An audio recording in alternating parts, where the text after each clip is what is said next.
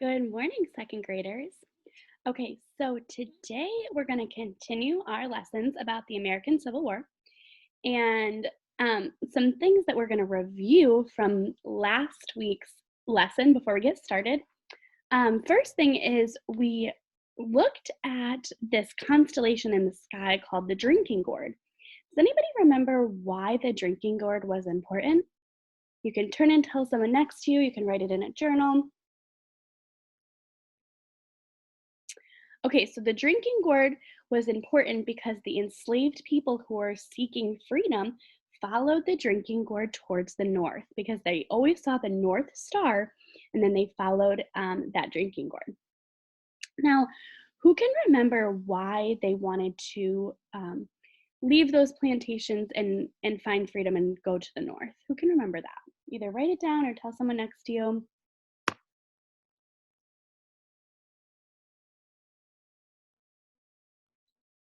Yeah, because they weren't getting paid for their work, and it was really unfair treatment. Our character strength this week is fairness, and you'll see that a lot of the treatment of the enslaved people was extremely unfair. They were not treated well in the way that they were taken care of, and they weren't given money for the hard work that they were doing. So we're going to see a lot of unfairness this week. Okay, what was the system of escape? How did the slaves escape from the South and go to the North? What was that system called, or how did they do that? Yeah, it was called the Underground Railroad, right? Who were the conductors and who were the passengers? And what were the stations? I know you guys wrote about that in your journals, so we're just kind of trying to jog our memories a little bit. Yeah, so the conductors were the people that knew the safe places to go, and they would lead the enslaved people to freedom. The passengers were the enslaved people that were trying to get out, and the stations were the safe places. They were usually people's homes that they would hide them in until it was safe to go. Okay, so some terms or vocabulary that I'm going to go over before we begin our story today is this word economy. Have you guys ever heard that word economy before? Maybe you've heard grown-ups talk about it. So we're going to learn about differences in the northern economy and the southern economy. So how did the northern states make money and how did the southern states make money? So the word economy describes the system by which people produce or make goods or items to trade or sell with others who want those goods. When people trade, buy, or sell goods with one another, they are cooperating. Because of this cooperation, people can get resources such as food, clothing, and shelter they need that they might not otherwise be able to produce or make for themselves. When more and more people engage in trading, buying, and selling goods, we say the economy is strong. So when we're selling goods that we make to other people, then for money, that is economy, where we're selling and buying goods. That's the economy. Now, the goods that the people in the North sold and the goods that the people in the South sold were very different, and we're going to figure out why that was important today. So we knew that Harriet Tubman, when she was a child and she was a young adult, she worked on a tobacco plantation, and plantations were an important part of the Southern economy, and because it was how the people in the South supported themselves and earned money to buy the things that they needed. So tobacco actually made people a lot of money. So if you were in the South and you sold tobacco, then that earned you a lot of money. The Southern economy made a lot of their money through farmers. So the farmers and plantation owners produced crops that people wanted to buy. To produce these crops, Southern plantation owners treated people from Africa unfairly by forcing them into slavery and making them work on their plantations for no money. Even though it was not their choice, enslaved Africans contributed valuable labor and skills to the success of the plantations. It was wrong of the plantation owners to treat enslaved Africans poorly just because they thought African people were different from them. The community that developed among enslaved African Americans helped them survive because they relied on and helped one another. So the people in the South needed to make these crops because that was how they made their money, but the people that owned the plantations were not the ones that were farming. Even though they were making the money, they weren't doing the work. They relied on enslaved people to do all that hard labor and work for them, which was very unfair.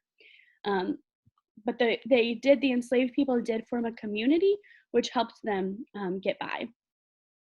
So the title of our lesson today is the controversy over slavery. Now, has anybody ever heard that word controversy before? It's a very serious word. It just means disagreement. So there's a disagreement over slavery. The people in the South need the slaves in order to farm, so they're not willing to say that it's wrong, that they're treating these people unfairly, but the people in the North are saying, this is not right. So this is actually going to be a big reason that we have this civil war or disagreement within our own country. Alrighty. Today, as you're listening, I want you to think about the African slaves that worked in the plantations in the southern states, and that they tried to escape the northern states where slavery was not allowed. So we're thinking about how these slaves tried to escape the southern states and move to the northern states because slavery was not allowed there. Listen carefully in today's read aloud to learn more about the North and the South and how their ways of life and their economies were different, and why this caused controversy or disagreement over slavery. Alrighty, let's get started with our story. I am going to share my screen with you. See? Alrighty. Okay, so the first picture is a map of the United States at the time. We have, if I look down here at my key tells me what the colors mean. So blue are states and yellow are territories. They're not quite states yet. Alrighty, here we go. Let's go back to the year 1850 when Harriet Tubman escaped from a life of slavery in the South by running away to Pennsylvania, a northern state where slavery was not allowed. All right, let's find Pennsylvania. It is this, PA is Pennsylvania. It is the state right here. So that's where she escaped, to Pennsylvania. To divide the North and South on a map of the United States, it is easiest if you use what is known as the Mason-Dixon line. The Mason-Dixon line is an imaginary line between the border of Pennsylvania and Maryland. It was named after two Englishmen, Charles Mason and Jeremiah Dixon, who surveyed this land almost 100 years earlier. The Mason-Dixon line became an imaginary line between the North and the South. All right, so the Mason-Dixon line is this red line that they've pointed out for us, and it divides. These are going to be the northern states, and anything below the Mason-Dixon line is going to be the southern states. Slavery was allowed in the South below the Mason-Dixon line, but slavery was not allowed in the North above the Mason-Dixon line. All right, so some states we see up here in the North is we see our state, New York. We see Pennsylvania, where Harriet Tubman escaped to. We see Massachusetts, Connecticut. Then in the South, we see states like Virginia, North Carolina, South Carolina, Georgia, and Florida. So all of these states, slavery was allowed. And then once you cross this Mason-Dixon line, they were no longer allowed. Alrighty, next picture. I'm gonna make this a little bit smaller, I think. Nope, no, I'm not. All right, so here we have a plantation scene. Remember that plantation is the big areas of farmland where crops were grown, and then they have the big house or the mansion where the people live. What were the major differences between the states in the North and the states in the South? Slavery was the most obvious difference between the North and the South, but it was not the only difference. Listen carefully to find out about the differences, remember, between the North and Southern states and their economies. The South relied completely on agriculture or farming for its economy. The economy of the area is a system of producing and trading goods, remember that we talked about. If the economy of the South was based on agriculture or farming, that means that the economy was based on growing crops and selling them. That's how those people made money, by growing and selling crops. The farmland and weather provided the right growing conditions for certain crops that grew well in the South, such as cotton, sugar, and tobacco. If you look at the label on some of your shirts, you'll see that they're made of cotton. Um, the cotton in your shirt comes from a cotton plant. Sugar comes from a plant called sugarcane, and tobacco comes from a plant as well. So those are the main crops that the people on the plantation are making or growing. Most farms in the South were small with very few enslaved Africans or even none at all. But there were also enormous plantations, like the one where Harriet Tubman was enslaved, where the plantation owners who grew these crops forced hundreds of enslaved Africans to work day and day under horrible conditions for no wages. Remember, that means payment at all. What is a plantation? Remember, a plantation is the farmland where the crops are grown. On these plantations, enslaved Africans worked together, helping each other so their lives would be a little less hard. The crops grown on these plantations were bought by people in the North and as far away as Great Britain, and that helped the Southern economy grow. Because when people are buying your crops, then that's making you money. The North had farms too, but they were different from the large Southern plantations. Some farmers in the North grew corn and wheat, as well as other fruits and vegetables. Some northern farmers also had livestock like cattle, sheep, and pigs. But the North did not have the right weather for growing the crops that were grown in the South, crops like cotton, sugar, and tobacco. People in the North could buy these crops from farmers in the South. So farmers in the North grew crops mainly for feeding people and animals, and enslaved Africans were not used on those farms. So because they didn't require a lot of people, their farms weren't as big. They didn't need the slaves to help them by growing their crops because their farms were pretty small compared to the ones in the South. Alrighty, here we have a picture of a factory and railroad and factories in the North. This is all the picture. Don't really know how to make it smaller. Oh, all right. So here we have the railroad down here and a factory in the North. Let's get reading. Unlike the Southern economy, which relied on agriculture, the Northern economy was focused more on industry and manufacturing. That meant workers were paid to make things in factories, often using machines. What is a factory? Okay, so a factory is in this picture. This is what the outside of a factory looks like. And then the inside had a lot of people working. Many northern cities were trading centers for iron, coal, and wood. A trading center is where goods are bought and sold. So that's how their economy works, by selling those things. Northern cities had factories for turning iron into steel, a strong metal that would be then sent to other factories to make trains, engines, buildings, bridges, tools, weapons, and all sorts of other things. Northern cities also had factories for making bottles and jars, furniture, clothing, books, and much more. The factories in the North had access to railroads and shipping ports to distribute the goods made there. Because the South wasn't producing a lot of these things in their region, they could buy these goods from the North. People as far away as Great Britain would buy steel from the Northern factories, helping the Northern economy. Who can name some of the things that we just said were created or produced in the North? Yeah, we said things like iron and steel, things like jars. So all of those things were produced in the North, but then they were shipped to the South where they didn't make those things, and even shipped as far away as Great Britain. Alrighty, what do we have here? This looks like we have some factory workers working inside the factory. Factories were an important part of the Northern economy. Thousands and thousands of people worked in Northern factories. These factory workers were not slaves. They were paid for their hard work.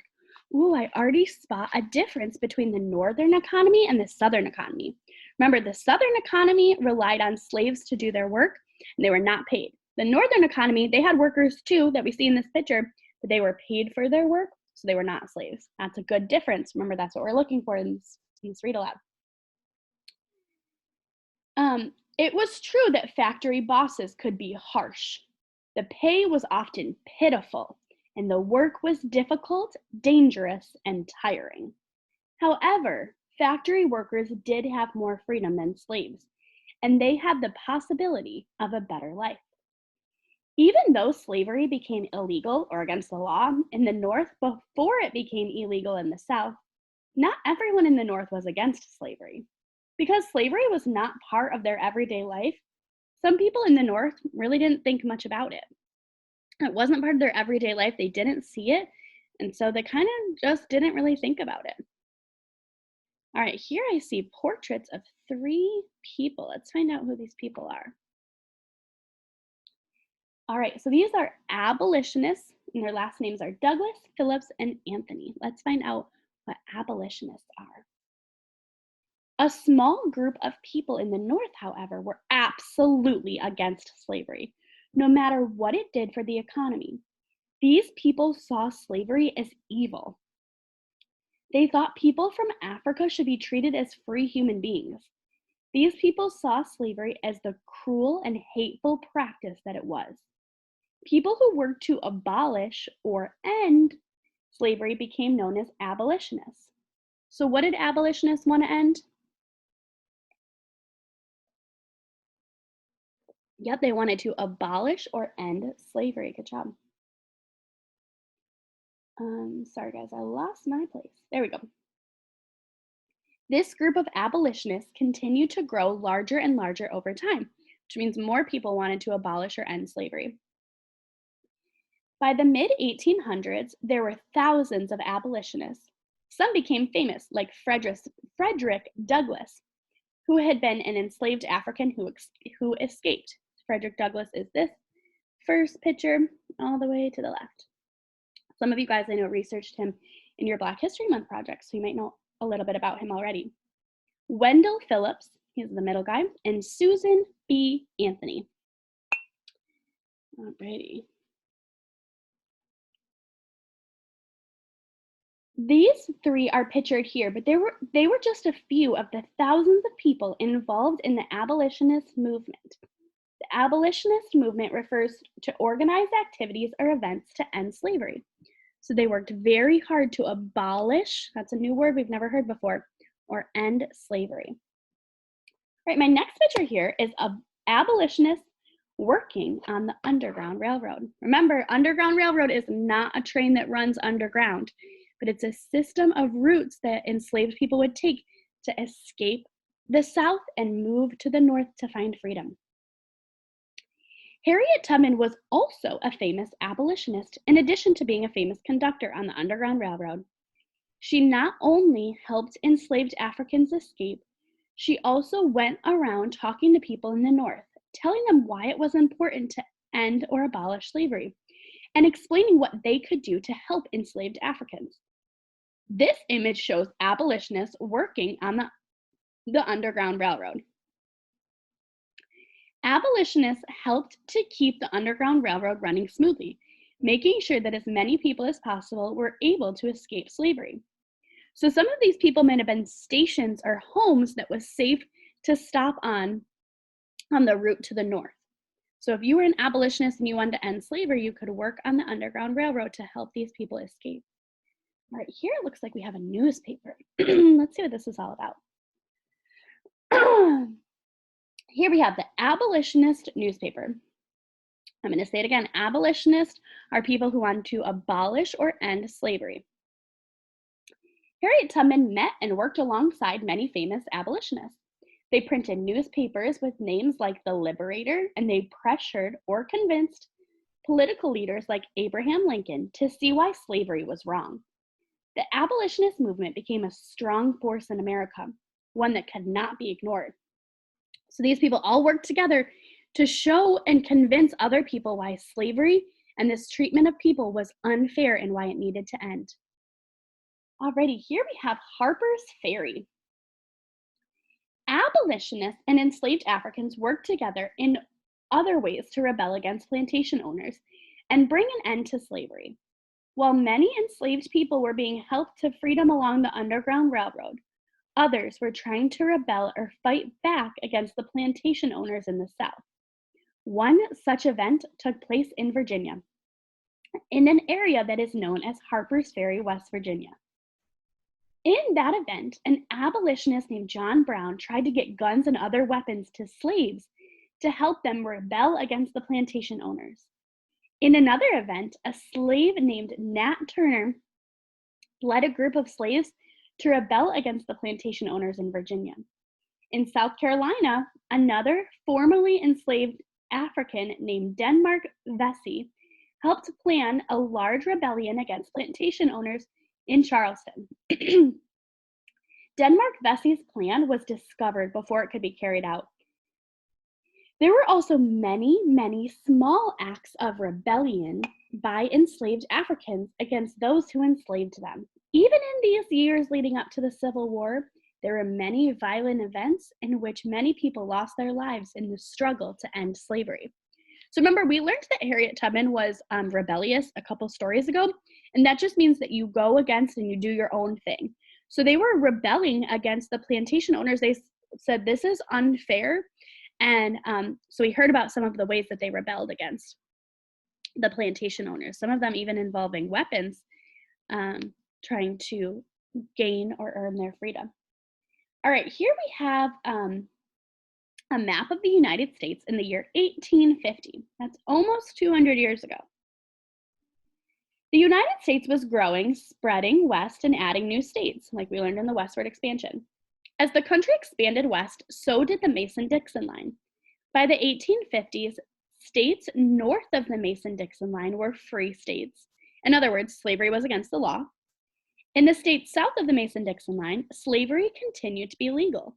And there were more territories to the west that would soon be joining the country.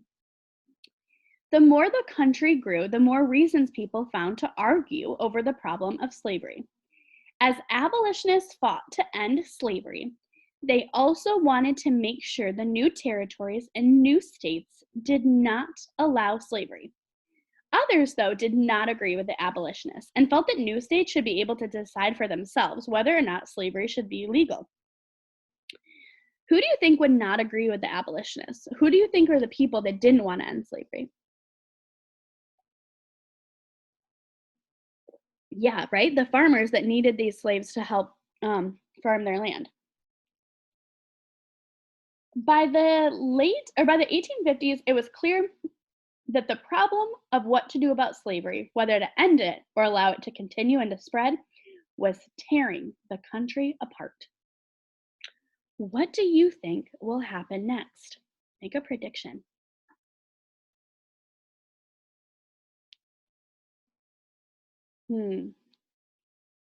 We have the North above the Mason-Dixon line. The blue states, anything that's blue, are free states or territory. They don't want slavery. These gray states are slave states or territory. They do want slavery. What do you think is going to happen next? You'll have to find out. All right, at this time, I want you to get a paper and a pencil or a writing utensil if you do not have one already. I'll give you about 30 seconds to go get your materials. Go.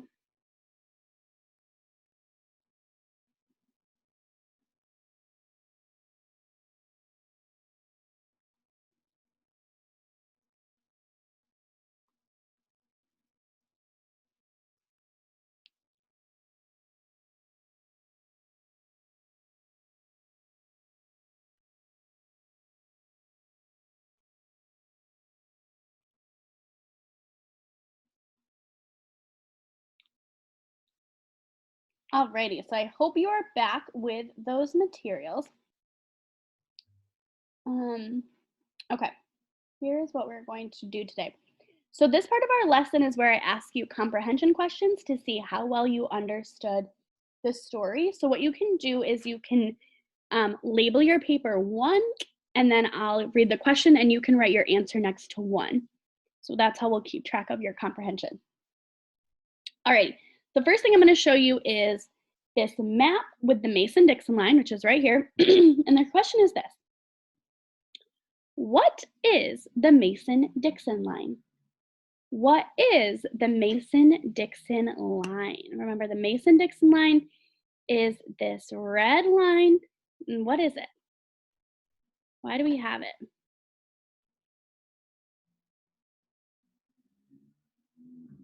Hmm. All right, so I hope you wrote down that the Mason-Dixon line separated the northern states from the southern states. States where slavery was legal are the gray ones in the South. States where slavery was illegal or not allowed are the blue states in the North, or territories. So the Mason-Dixon line divided the North and the South. What are some differences between the North and the South? What are some differences between the North and the South? Give you about 1 minute to write that down.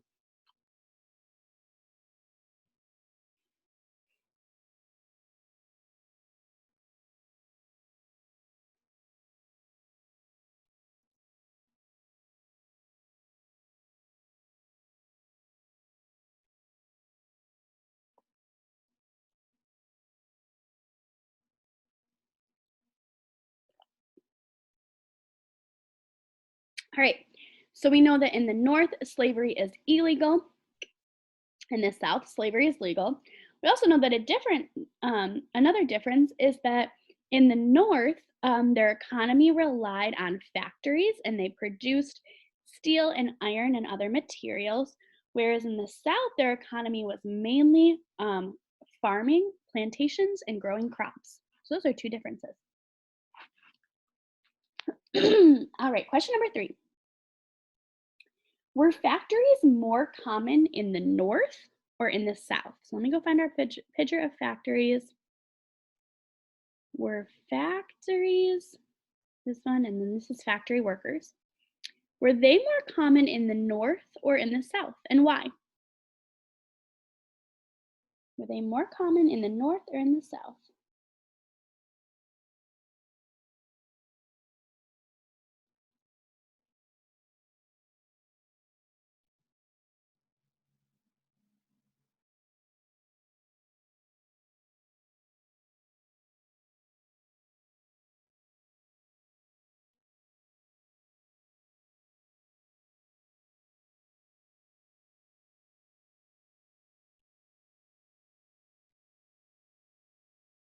So factories were more common in the North because that's where people were producing goods. And in the South, they really relied more on farming, so they didn't have a ton of factories. Alrighty, question number 4. Were cotton, sugar, and tobacco grown mostly in the North or mostly in the South? Were cotton, sugar, and tobacco grown mostly in the North or were they grown mostly in the South? Let me pull up that map again. Where were they grown? Tobacco, sugar, and cotton. Where were they grown?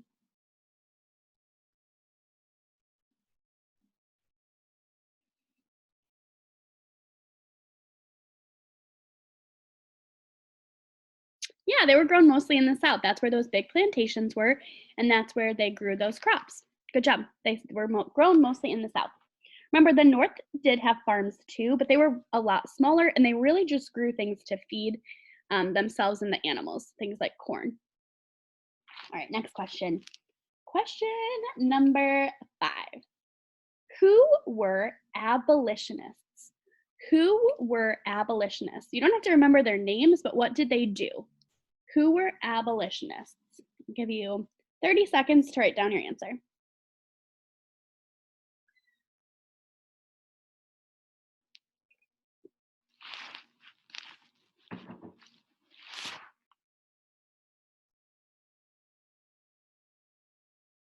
All right, abolitionists were people that wanted to abolish or end slavery. Good job.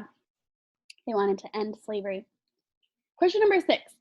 What things did Harriet Tubman do that show that she was an abolitionist?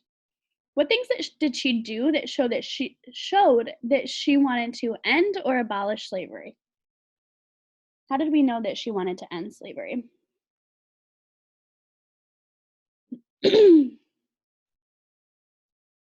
Yeah, she was a conductor on the Underground Railroad. She talked to people in the North and tried to convince them about why slavery was wrong. So she helped people escape slavery and she used her influence to talk to people in the North about why slavery was wrong and why it should be ended.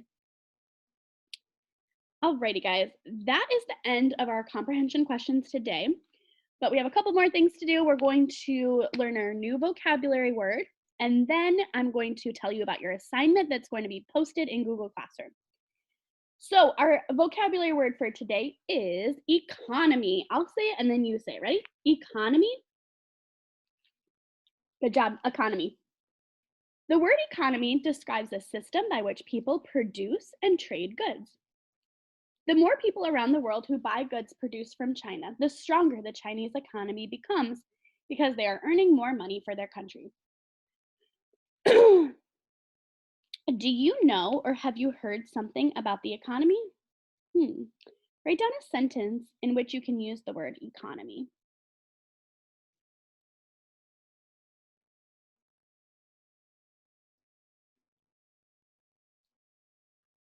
All right, you could have written something like the South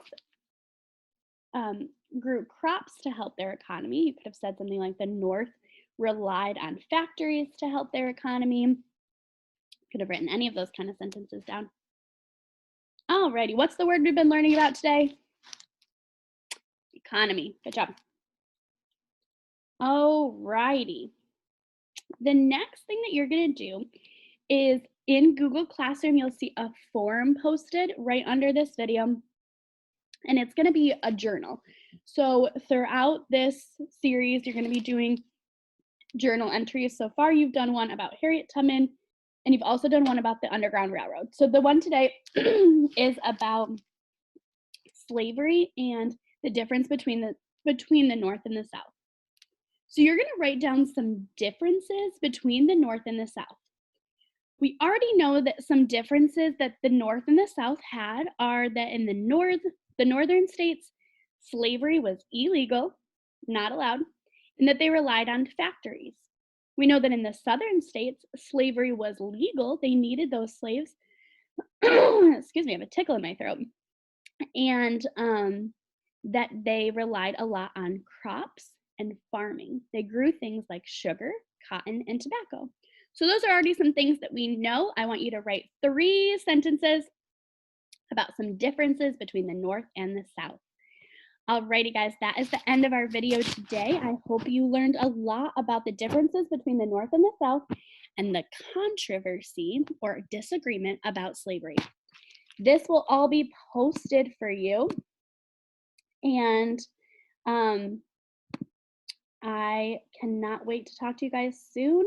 Have a wonderful Monday. Bye, guys.